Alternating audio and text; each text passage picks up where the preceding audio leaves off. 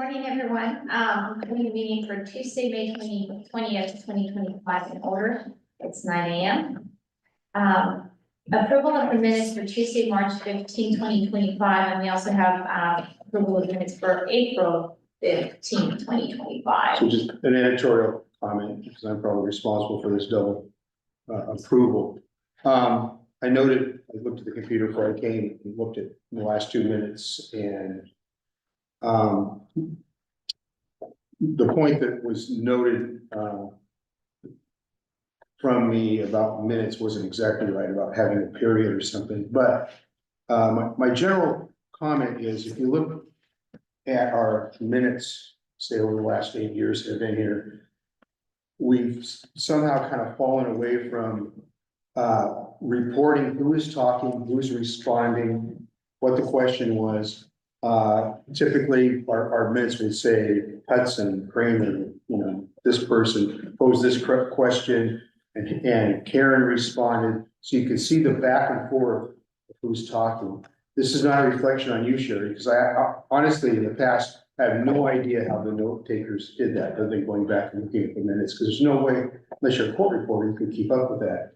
But for the public or anyone else, I think they ought to be able to look at the minutes and be able to tell who's making the statements, who's asking the questions, and who's responding.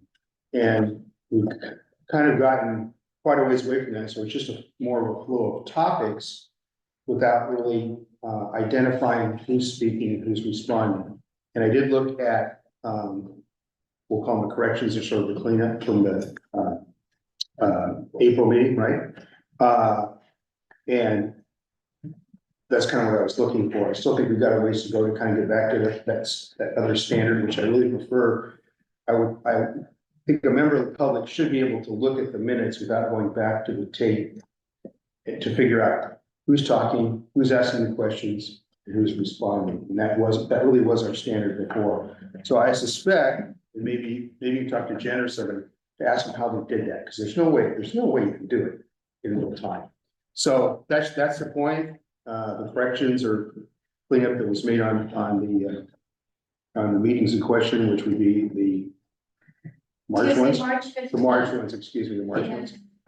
Tuesday, April 15th, 2025. It would be the April ones that were correct, right? Yeah. So anyway, I like what I saw there in terms of cleanup, but I would like us to, if I said I only got a month to go, but I would encourage the committee to try to get back to the standard of give and take recordings of who's talking, who's responding. And with that, there's mandatory comment. The motion to approval says. Yeah, I will do that for maybe do it right. March 15, 2025 and April 15, 2025. Right, for those 2 months that Janae just referenced, I would move to approve the minutes for those 2 periods. Okay, do I have a second? Second. All in favor? Aye. Okay, any discussion? The motion has been moved and approved. Okay, discussion information items. So now we have, public comment. I do, just one comment on, since I wasn't here for that first meeting, that probably shouldn't be showing that as voting So, on those minutes. okay, one of the things that if you have read the minutes, if you read the minutes and you're agree with it, you can be part of it. Okay, all right, thank you. All right, do we have anybody on Zoom for public comment? No. All right, let's move on to action items, utility relief, we do have one. All right. This is for Stephen LaBroche. Do I have a motion to approve staff recommendation? I'll make a motion to approve the staff recommendation, which was to approve the request. All right, do I have a second? Can I ask just a quick question? Again, still kind of feedback here. We're approving this because the leak went into the house and not into the wastewater. Is that correct? Correct. Okay, because there was an issue a month or two ago where a toilet Correct. flapped and that did go into the wastewater. That did not, okay. All right, that's all second the motion. They're approved. That's right. I just wanted to make sure, yeah. I'm a little Yeah. slow on the uptake, I said, they're still paying for all that water. All in favor? Aye. Right. Okay, motion has been moved and approved. Any discussion? All right, so now let's go back to, I believe Karen, you're up.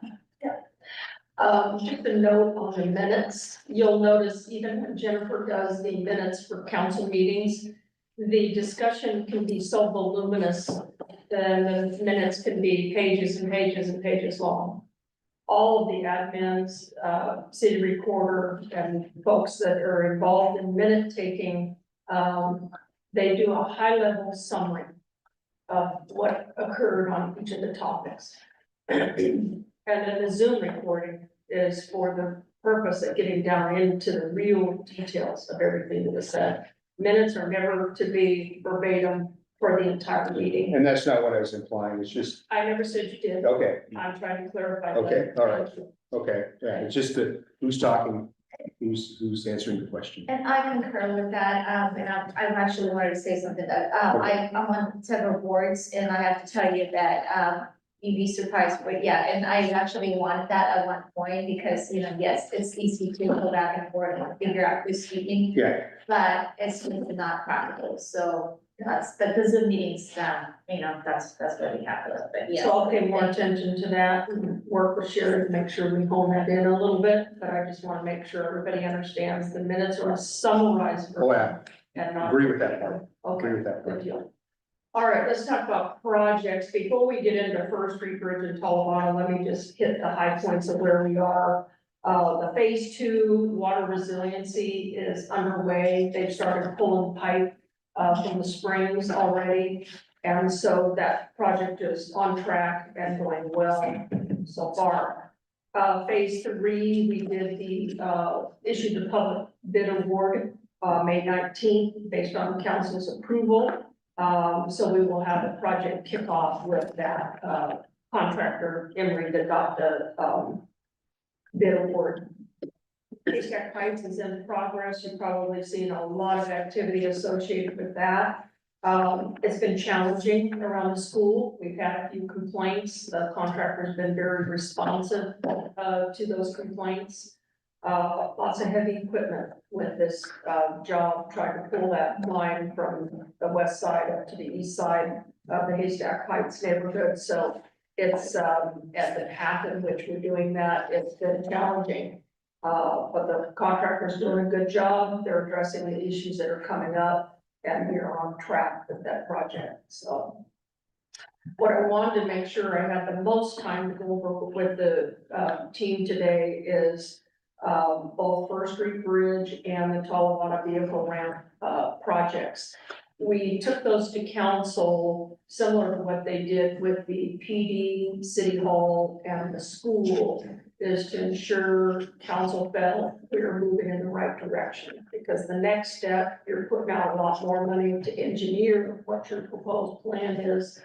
And if they didn't like the direction we were going, we certainly didn't want to start engineering anything for fear of having to go back and make revisions. So that was the point of me taking it to the council. The next step on both of those will be to go through the normal city process, getting in front of the planning commission, going through all the permit processes and so on and so forth. So that was the whole purpose of getting it in front of city council. It wasn't for them to make a vote on anything at this point. It was to give us a nod saying, we're happy with the direction you're going. Okay, so we got that on both of these projects, and Trevor, whichever one you want to queue up first is good with me. It's a little hard to see from here, but I'm going to talk First Street Bridge. We presented that to them in the May council meeting, so if you haven't had a chance to watch it, please take time to go back and watch it, because I'm not going to do anything near what the consultant did with reviewing this with you, because it's complex. But I'm going to summarize where we are. We had several alternatives. I'm going to go a little bit closer so I can see the screen and talk to you for we have several alternatives that the bridge company gave us. The bottom line is, the bridge can successfully be seismically retrofitted. And this means for earthquake purposes, not tsunami purposes. So, the goal is never to make it tsunami safe. It was to make it seismic resilient to today's seismic standards so that a vehicle or foot pedestrian could get over the bridge for evacuation purposes post shaker, okay? So this is one, concept we had, concept number 3. You'll see that it shows work on each end of the bridge. That's the primary focus on concept number 3. Turn for the next one. Concept 4 really focused on the piers that are underneath the bridge and the shadowing around the piers in this drawing are steel encasements around the wooden piers. So basically, it encases the existing, it goes deeper into the ground than what they're currently existent today. But the original wooden piers still stay. It's encased in that steel that is around it. So you kind of have a double reinforcement. Next concept. This one is more of that. It also talks about work on the bridge deck, which when we had our ODOT inspections each year, they have made note that the bridge deck is due for some resurfacing, but we didn't want to do that until we were making a decision on this because it would be done all at the same time. They also have some reinforcement on the outer sections of the bridge, actually adding additional reinforcement, expanding that footprint, if you will, of the existing bridge. Next, Trevor. This is the bridge deck replacement. We already talked about that. Go ahead, Trevor. That's the next one. This is if we were rebuilding, replacing the bridge as well, which we didn't go that route at all, but we did share this with council and said if you were to go this route. We did very much the same thing we did with our water tank. Is that we looked at what that would take to seismically retrofit that versus replacing it. With the water tank, the cost was almost the same, within $1.5 million, I think was what the dollar amount was. It was so inconsequential that it made no sense to try to retrofit it because it would maybe give us 15 years of lifespan, whereas a new water tank would give us 50 plus. And so to retrofit it, just take them. But the bridge is very different. And the bridge lifespan, I can't remember what the consultant said, we're talking extensive. So it was just as good as rebuilding it, so why would you want to spend money to rebuild it? And the cost was significantly different. I'll show you the cost. So go past this. Yeah, here's our cost. So our 3 seismic retrofit options, 3, 4, and 5. You see the pricing on that between 6 and 8 million. We went with option 4, not because of price, it was just the preferred design. It secures the bridge at both ends, it encases the pilings that are underneath it today. So what we did is we actually started out with like 7 options. We took 2 of them and kind of combined them. And that's what made option 4. We liked the fact that we were reinforcing each end of the bridge, but also addressing the islands underneath, and we didn't have to make a choice of those 2. So we're gonna that would be the lowest. This is what your replacement option would have been. It would have been between 11.5 and 13.5 million. So it really made no sense to pay twice as much when the bridge is gonna be just as stable. So that's where we are with the bridge. It took some time to get there. The engineers, KPFF did an excellent job of working through all the various details. And like I say, they gave us a litany of options and we began to narrow them down. A couple of them were pretty quick to check off the list. It didn't make sense to do. But we really got down to about 4 options. And like I say, we combined 2 of them and ended up with option 4 as our preferred option.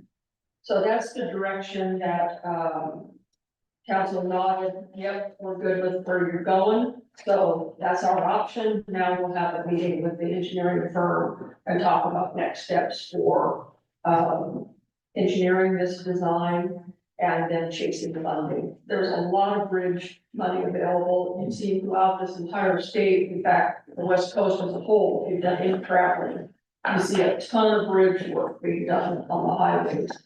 There was a push to be able to, seismically, retrofit and or address seismic vulnerable bridges across the US.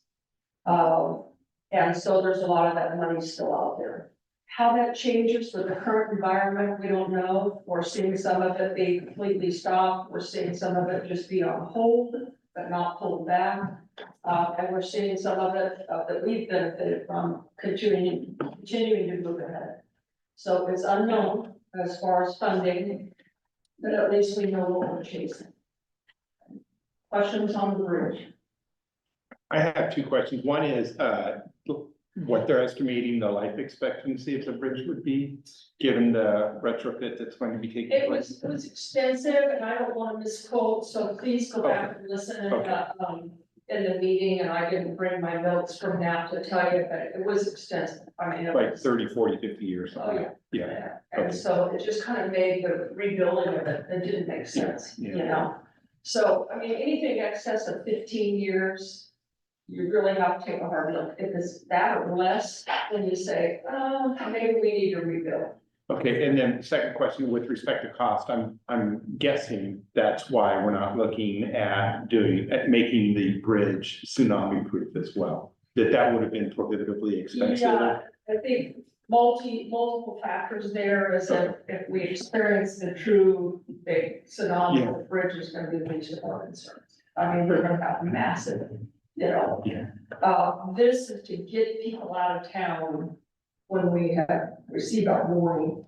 So distant earthquake saying, you got a chance to get people out of here. Right, you've got 8, 10 We need to minutes. make sure, so that even if we experience that initial shaker and a tsunami, we've got time to get people out of here. The bridge is gonna be able to stand it, we know it will collapse. Okay, And so, the bridge deck itself will be compromised where those underlings may be standing there, but you couldn't get a car or foot traffic over. That's what we're facing. And so this was to really address that. Okay.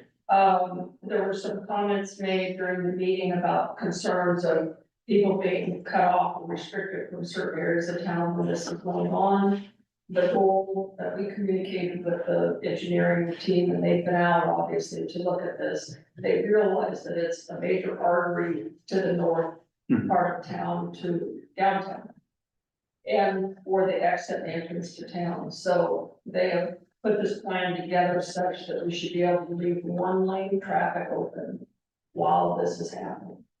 If we run into any unplanned difficulties that cause us to be restricted for brief periods of time, we will talk to the construction team about working outside the traditional window. Maybe we allow them to do some nighttime work, start earlier in the morning, to be able to accomplish the mission, without cutting people off at typical hours where they need to be moving around town.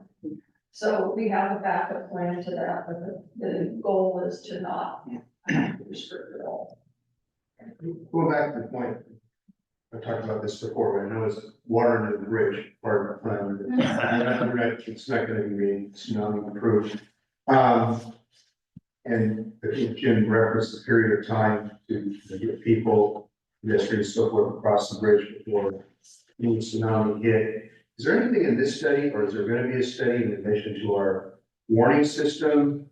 Or the actual time between the scenarios of the earthquake and the arrival of the tsunami, as to whether it's workable to get a significant part of the population across that bridge before the tsunami gets here? So they had folks that do assessment of this, all over the United States, weigh in on those underlings first of all, and it's titled tolerance, not specifically the big wave, Yeah, but just the tidal influence that's gonna happen in that particular scenario that I described. And they have no concerns with that. But again, their mission was not to create a bridge to tolerate a big tsunami. yeah, Okay, we're gonna get some tidal influence, we know that, we've had some tidal influence even when we did our mock drill, when we were kind of on the watch, you know? And that whole area of the north end was getting flooded. Yeah. And it was, you saw the videos that we had put online, it was just this constant surge. It's gonna be more significant under this particular design, with what they have planned that this bridge would tolerate. But it is a big, Right. huge tsunami that we would expect to see. I just don't know what the statistics are, when you say just an earthquake, and how much time there is between being notified of that and the actual arrival of the big wave. Well, And if it's a matter of minutes, it seems like it'd be very aggressive to try to get people across by a very robust warning system. yeah, I think this was more of the distant tsunami warning. Yeah. Which is a 2 to 4 hour time. Oh, okay, And typically the average is 4 hours. okay. Oh, wow. That's what our emergency managers have built our plans around the 4 hours. Okay, But the team did talk about the 2 to 4 hour window. But anything minutes, you're right, it's kind of a moot point. okay. Okay, but that's, yeah, if it's a matter of hours, obviously, you've got plenty of time. That's okay, it. I got it. KPFF, I mean, this is their baby, which this is what they do, that's what their world is, so they're excellent at this. The consultant did a great job during the meeting, and really boiled it down to just layman's terms where the community can understand the mission here. He did a really good job. Nothing that I'm doing is even come close to what he did, so please just watch that. I think she has close to the top of the agenda. You can kind of move through that, and when you see him and I sit at the table, you're gonna know what was talking about the bridge. And was this the last council meeting? The first street bridge was May, councils, it was just a couple May weeks ago. 13th, I think it was May 3rd. Okay, May 13th. And Talabani was, April. And okay. let's go to Talabani. So the vehicle ramp, you guys know the mission there. We tried to combine the ADA and the actual emergency, ramp itself, and it just was not doable. You know, I'm sorry, Karen, I'm really not familiar with this. This is a vehicle ramp for, So, Doug, this is the project we've been talking about the last couple of years, where we have an opportunity to be the ship shore drop point for, I think, afterwards, so earthquakes happen. yeah, okay, And we, have a chance to get supplies. okay, so that this is not for public vehicle access to the beach. Yeah, that too. Well, So remember the exercise we did up at Sunset Beach in 2017 with the Navy? So they came and looked at our ramp here and said, if you guys rebuild this ramp, which they knew was in our plan, this could be a good ship shore drop point, okay? And so we wanted to work towards that. I just want to clarify, when I was a kid, a long time ago, you could take your car and drive down on the beach, Yeah, all the way from the Ecola Creek, all the way to Hut Point. yeah. And we're not changing That's anything, not- nothing to do with this, So if okay? you drive on the beach today, if you get a permit through the PD, if you're disabled, they give you a permit to be able to go down. They also give permits for dory access, so Okay, the guys that need to go down and launch their boats off that point, they can do that. That is the limited access at the total bar ramp. okay, Other than that, it's emergency access. so that's not gonna change. No, Okay, that's not thank you. But this is simply to address that ADA switchback, which is a wall catcher, there's been all kinds of issues with that. That we're mandated to have it, but we wanted to redesign that, and we wanted to do that while we were addressing the ramp itself that's in disrepair, it needs to be dealt with. Thank you. So that's what this submission was, okay, and we got a cross-functional team put together with OPRD, which is state parks, police, emergency management, fire department, all the users of the ramp, public works, we're having to go down to our 910 motors and clear logs and dead animals off the beach and so on and so forth. So we got all the users in the same room and said, okay, guys, what do you want to see when we address this? And out of that came multiple options.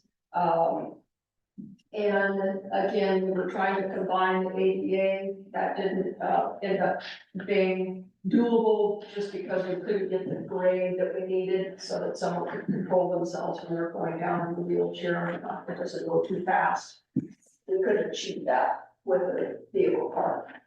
But here's a couple alternatives that we went through.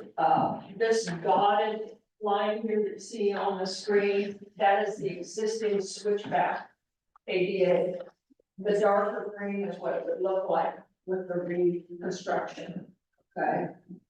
We widened the ramp a bit so that, 2 lanes are possible, but not full 2 highway lanes, if you will. So we don't invite any more, traffic down that way. Go to the next alternative trail. Alternative 2, kind of design where from this ADA parking on the screen here, you could go directly from those parking places, access the ramp and go on down. That didn't really change in the vehicle part of it. Next alternative.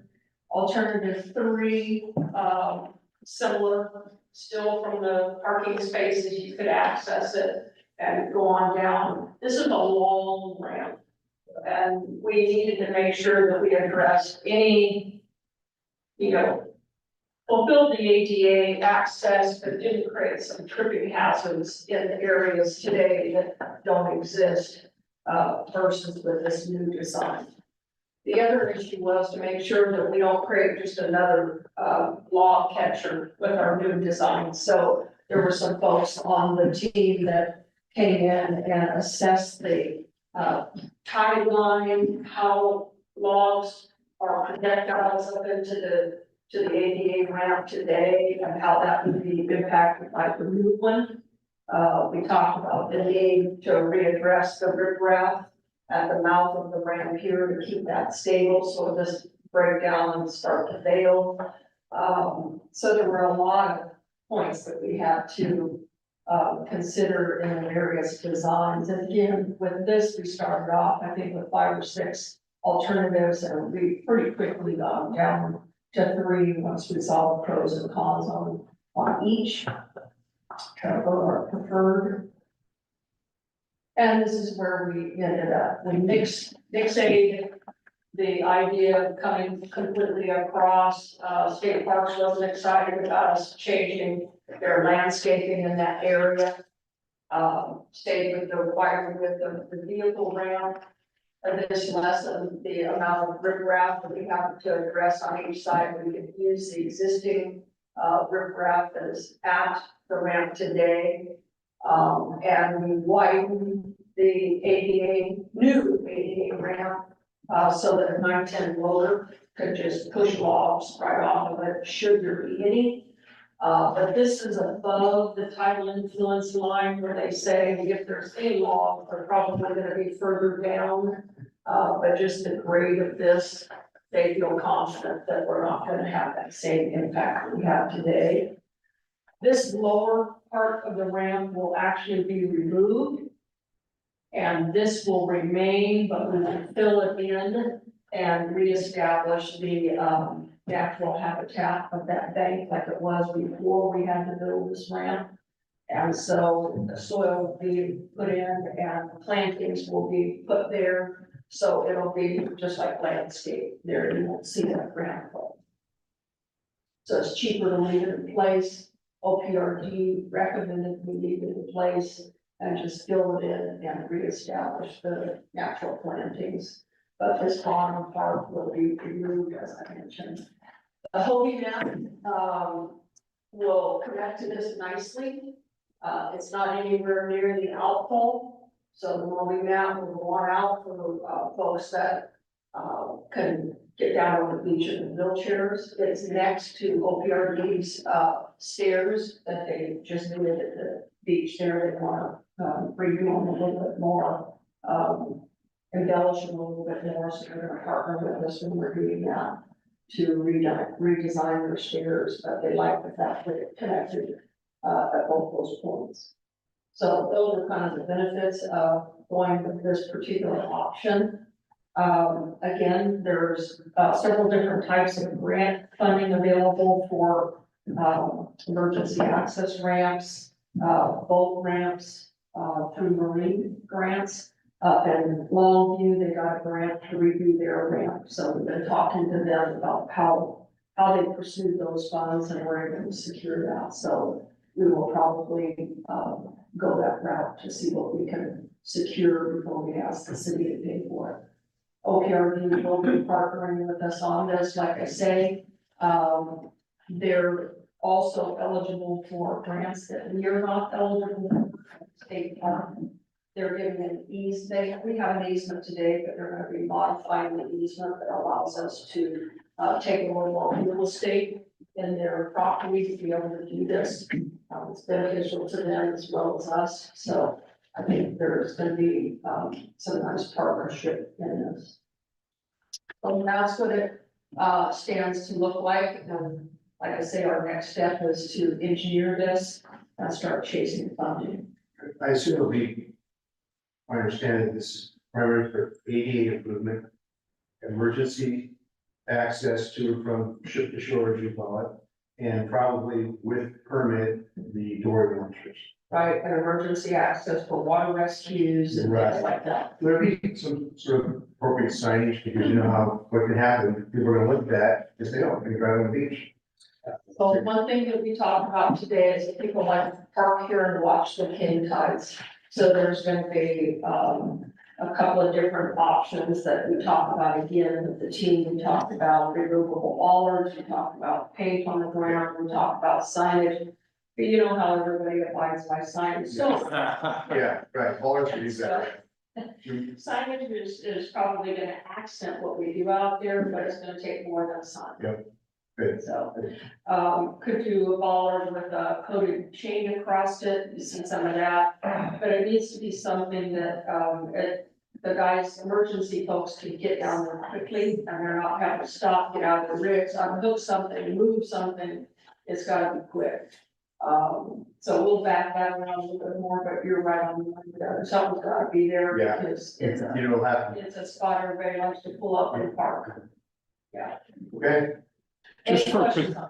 How wide is that ramp? Is it like 12, It's, 15 feet? it's 24 feet right now. Oh, oh, okay. We are extending the width on the ramp, we want to accommodate, The emergency, Sandcastle Day. oh, As okay. it sits down, before Sandcastle starts, the chamber has to hire a contractor to go down there and modify the width of that ramp.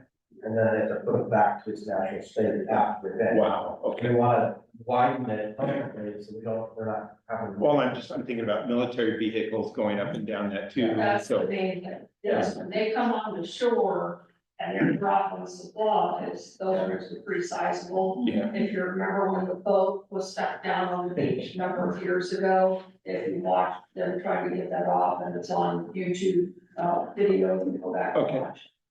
It tore up a lot of stuff trying to get that off because it wasn't wide enough to free it up. And they had every piece of equipment known to man down there trying to get that boat off the beach.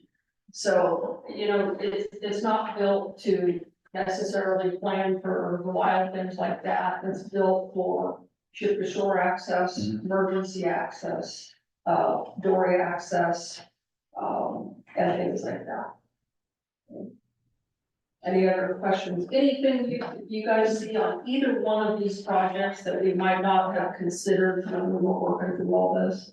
And I invite you guys, we post when we're gonna have a meeting, join the meeting, give us the input we wanted. I mean, you guys are public works, you're responsible for looking at this stuff, and so give us the input.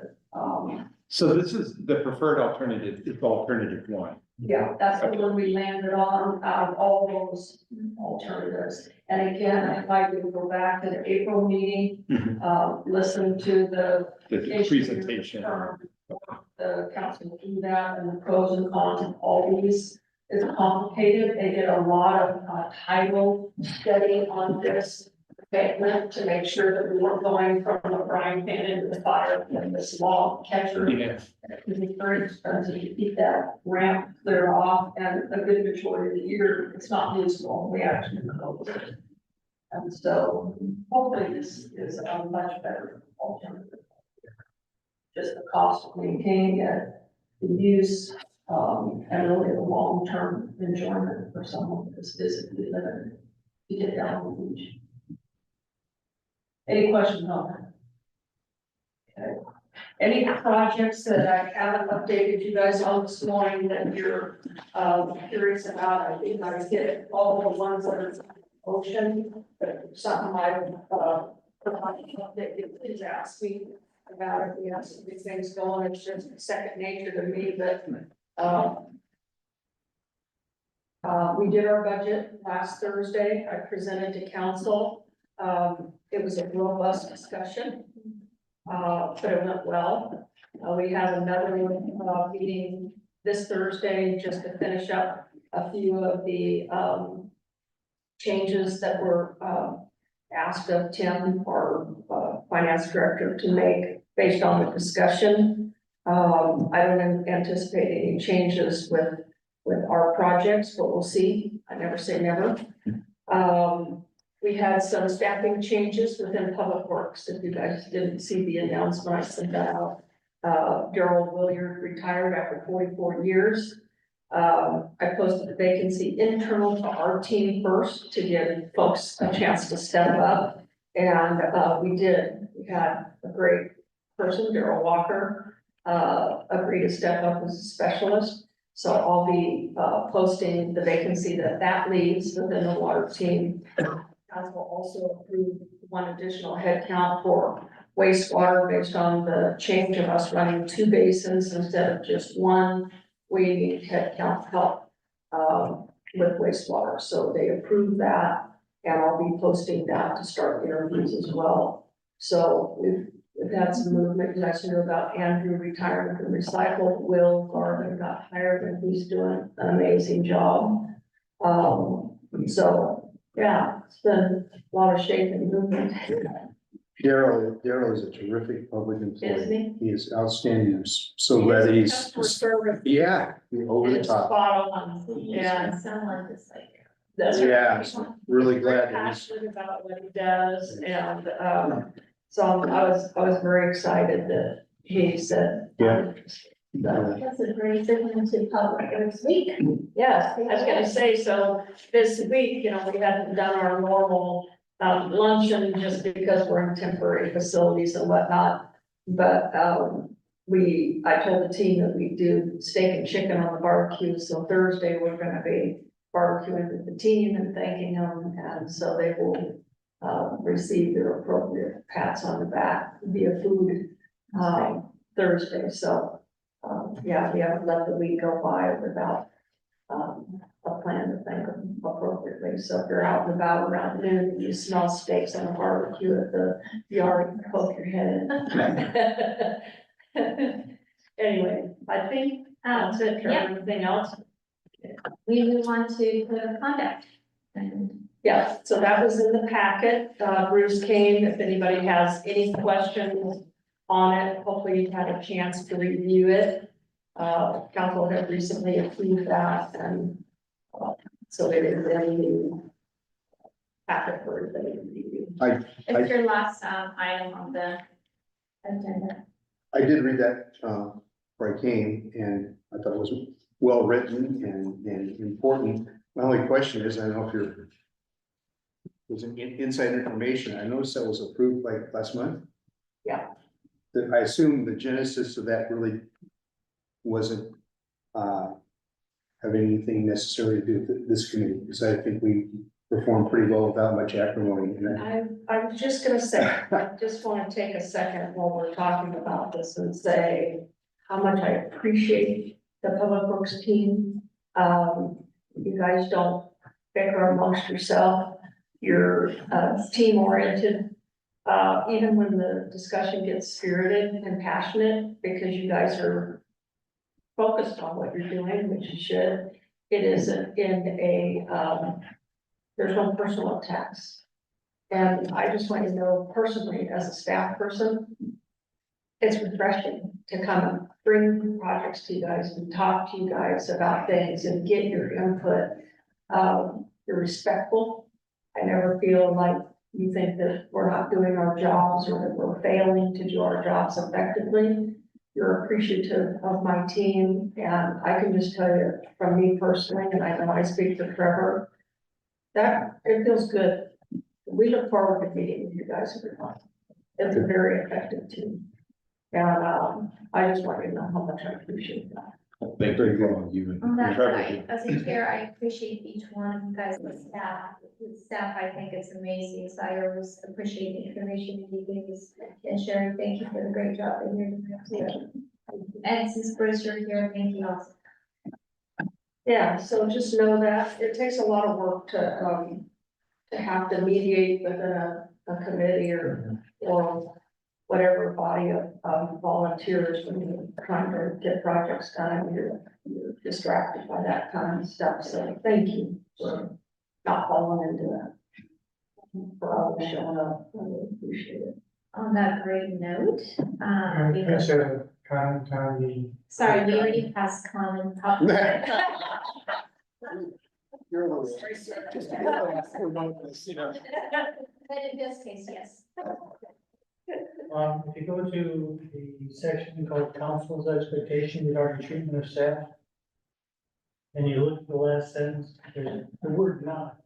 There is a word missing. It says appointed officials should engage in. Encourage personal attacks to staff members inside or outside of public meetings. That was a test to see if. I wanna fix that. everybody's read. I did read it, but I didn't read it that closely apparently. Yeah. I didn't catch the first time. Yeah, So anyway, we will be modifying that within that. And a last minute update, late last evening, I got an email from, Business Oregon. Our transmission backbone along Highway 101, 7.3 million, we're asking for did not make the cut in the review of all the projects. I testified a second time in the Salem hearings, for state lottery money that was available. They did an invite, only testimony. There were hundreds of people. We each had 2 minutes to pitch our project, which if you've ever timed yourself to talk about anything you feel really passionate about, 2 minutes is not enough time. But, I did it, at least I got a chance to testify. There were many people that did not get the chance to. So I feel fortunate. I have no idea if we're gonna get anything out of that. But I can tell you that there were a lot of people that testified that are in violation of their DEQ wastewater permits. They're releasing, untreated sewage into rivers and bodies of water that are protected. So I look at us and I am very proud of what this team has done. And, I understand there's people that are in dire straits that need funding. And I hope they get that help. I would love to see us get something out of it. But my next move is to pitch to the boss and to the budget committee and council that I would love to have some city funds to start that backbone. So, we'll see how that goes, but you guys can be great advocates for us in that as well. You know, the importance of us getting that backbone in place and creating that redundancy, connected to our existing system. And that finishes our entire water resiliency project. And if you recall, this was a state mandate that they put in place when we were doing our, water master plans. And we would be the first city to have completed that mandate. So it's important we get that finished and that this town truly is ready,